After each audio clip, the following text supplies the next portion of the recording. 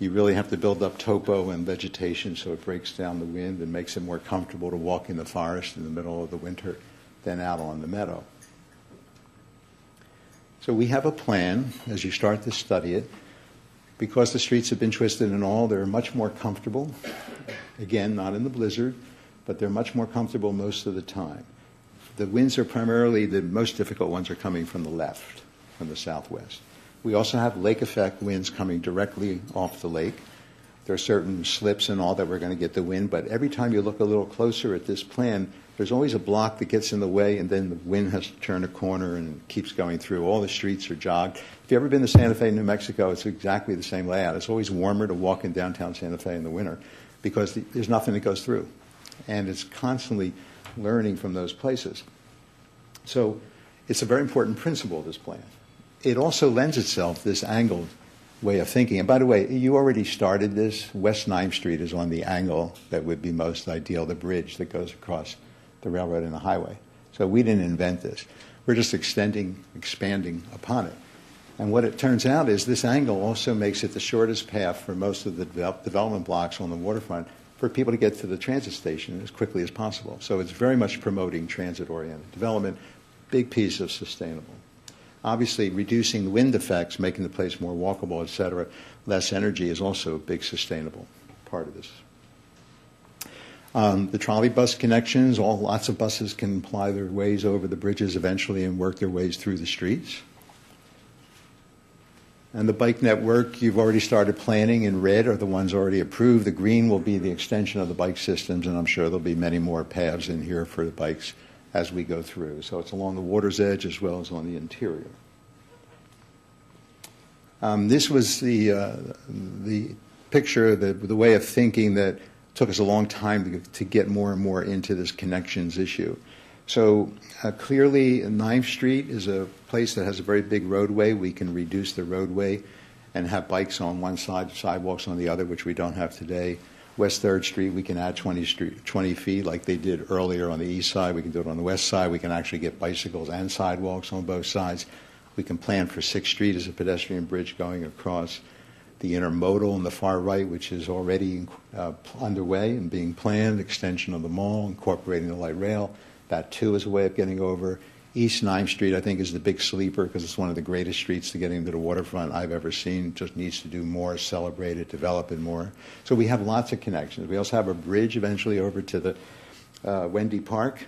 We'd love to keep those silos in a park, and that could be the place where the bridge comes across. So lots of thinking underway about how to, in fact, make these connections and not preclude the bigger ideas of the decks and the parks on top of the rail and the roadway. That can all happen and will come over time.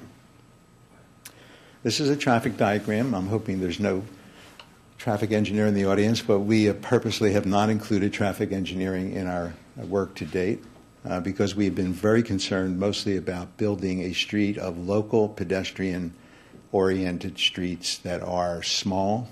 They allow every car to get up to every front door. There's total convenience, fire, emergency, etc. But it's a place that's really confusing. You have to drive slow. If you don't know your way around, it's like where I live in the city. I live in Greenwich Village. I'm always being asked, how do you get from where to where? And you know what? That's what makes it so wonderful. So we're not trying to make something that works too well. Now, I know that's I know there's a reporter. I think the same reporter's heard me say this before, so it hasn't been blasted in the press. But we like the idea of, if you think about where you travel and you go take vacations, I bet you they're mostly the places that don't work. They're probably the places where traffic has a hard time getting through, and they're just so small and so crowded. You couldn't get through building department anymore with most of those beautiful alleyways and mews, et cetera. So that's what we're thinking we can do within modern standards and within building codes, et cetera. So this allows you to always be able to drive, and even around all the parks and the waterfront, it's a right turn. Right turn is the key to the suburbs. That's why it works. You can always make a right turn, get anywhere you want. When they make one-way streets in downtowns, you can't do that. So here you're always making a right turn. You can always get dropped off on the passenger side. And eventually you'll work your way through. We do have a little bit of common sense throughout this for emergency paths and all that, but I'm not going to reveal that yet. The other thing is in order to make the public truly the waterfront truly public? If you learn from all the great European cities, wharf cities of the world, they used to have streets at the water's edge. It was commercial, the wharves, et cetera. And today what they do is they just close the traffic on weekends, holidays. And there are places that have shared use. So these wharves, or we're calling it a promenade, do allow cars. And it's very important for public use, fire, emergency, normal police surveillance. But also, again, in the wintertime, I don't have to get out of the car. I can just drive out to the waterfront, enjoy the view. And I can also be sure that on a Wednesday afternoon, in the middle of March or April, whatever, I can enjoy the waterfront, even get out of the car and walk. So it's very important this public concept be guaranteed by our normal way of using cities. And this is just a section through the one promenade near the river where we have about 85 feet. We have sidewalk. We have one lane each direction parking. There's bike lanes in both directions. We have a significant planting and a pure pedestrian-only edge. So that would happen throughout all of the waterfront. And I want to go to the water idea for a minute because Baltimore is the place that has always had a water plan. Way before they had retail, aquariums, et cetera, they were bringing people to the waterfront with activities. They were marketing captains up and down the East Coast to bring their ships. And it was a commercial orientation to their waterfront. And I took a overlay, the same scale, of Baltimore's Inner Harbor, if you've been there. It's about the same size as your North Coast Harbor. And they have generated a total turnaround of their city and become one of the most renowned waterfront cities of the world because they are actively managing every dock, every bit of water for every type of maritime use. And we are building upon the city's own plans now because you're going to be bringing in a lot more transient marinas. You already have historic ships. You have dining. We need a lot more. And the key to Baltimore and most of these great waterfronts is besides accommodating guests with their sailboats, motorboats, et cetera, who own their boats, it's really opening it up to all the people that do not own boats. So it's the excursions, the fishing charters, the entertainment boats, the historic boats, even the public boards of education are getting involved in cities like LA and Baltimore.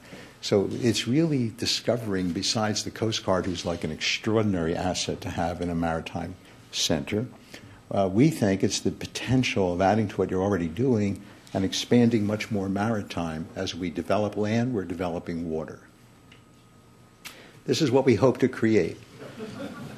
You could say this is a master of congestion going on here, but you know this is a sure sign of success. This is Amsterdam. They have those holidays, those events where you get to a point there's so much going on you can't go anywhere.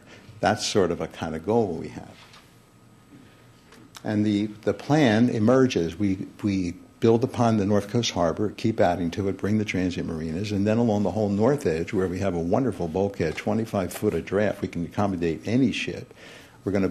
We hope to have a real city dock where you can welcome people from around the world. You have all the excursion boats, and we think we can introduce a major place where ferries and taxis and all that could be added to the mix over time with your wonderful riverfront and the flats.